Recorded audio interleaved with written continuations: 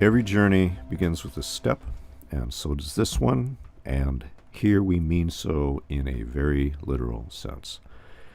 So here we begin our query into the tradition of the navigator, or the wayfinder, or those pioneers of exploration that were responsible in the most primary way for the expansion of humankind, both in a geographical and technical sense throughout history.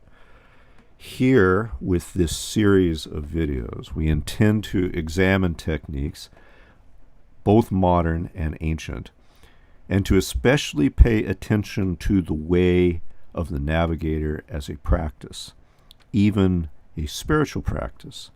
For as up until recent times, it was certainly seen as such in most societies. The art and practice of navigation is simply nothing else than the skill of finding one's place in the world. The innate symbolic value of such a task is obvious and should not and never be neglected as we learn these core skills.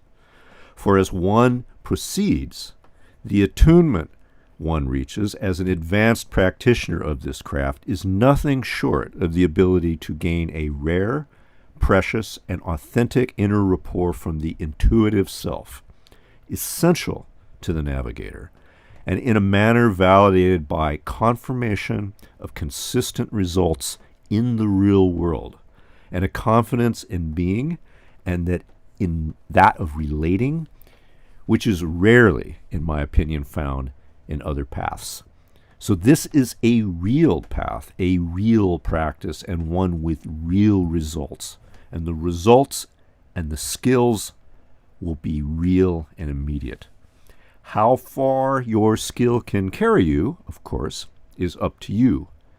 But it should be obvious to us that the greatest navigators throughout histories were those, in fact, who did and always will go, in the future, in fact, the furthest. These lessons are intended to function as an apprenticeship. They will need to be necessarily studied in series, and the skills within learned to a sufficient degree of confidence to act. Without achieving this confidence of judgment and confidence in the skill, it will be impossible to progress. The skills will build one upon each other. So take the time to test, to validate, to confirm, and only then to move on. So we will start very simply. We will start by simply learning how to walk a mile. The goal is to walk a measured mile while keeping an accurate internal count of the pairs of strides. One counts only the right leg as one proceeds. For most people, this will be a number of around 1,000 strides. Of course, the origin of the mile and why it is called a mile. It is important to do this several times and to get a good, confident, consistent number. For me, having trained this for years, my personal number is 982 strides per mile, very consistently, with perhaps no more than plus or minus 5 strides deviance on flat ground. Whatever your number is, the goal of the exercise is this. It is to come to an intimate, instinctive knowledge of a given measure of distance, one of human scale, and to fully internalize it as an idea, innately, of what a mile really means to you.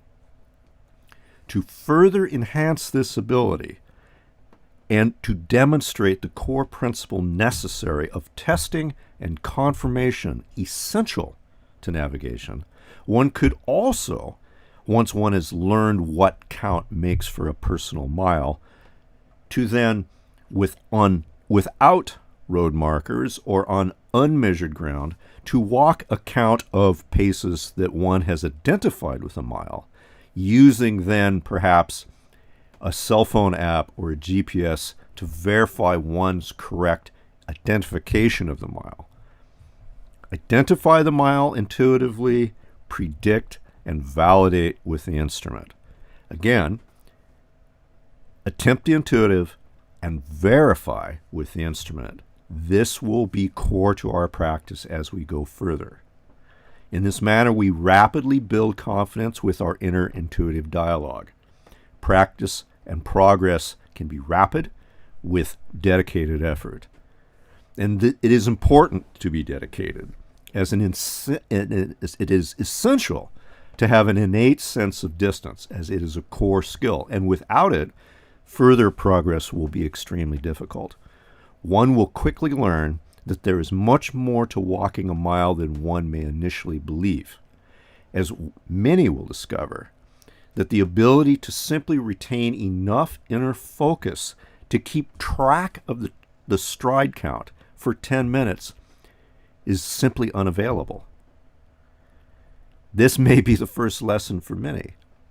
Again, practice will show us our lacks, but practice will also remedy them, and it is certainly very worthy to be aware of the fact of our defects.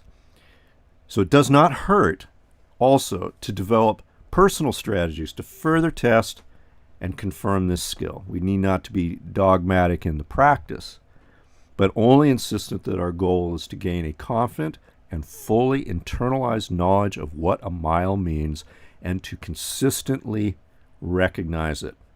That's all. So once we have some feedback on this page of the sufficient number of individuals who have reached at least some level of mastery with this mile practice, we're going to release the next video. The next video will involve hand-bearing compasses and the practice of orienteering. In preparation for that video, it will be necessary for anyone who wants to go further to acquire a hand-bearing compass of some quality. A personal favorite of mine is the Silva Ranger, but there are others that are equally as good. It may take you a little time to locate one, but they should be readily available. So best of luck. I strongly encourage dialogue and lessons with your peers here in the comments below, especially concerning the interesting interplay that you will discover between the acquisition of this technical knowledge and the interesting perceptual changes that will be an inevitable result. We must focus on those as we go further. I appreciate the courage. Thanks for the effort.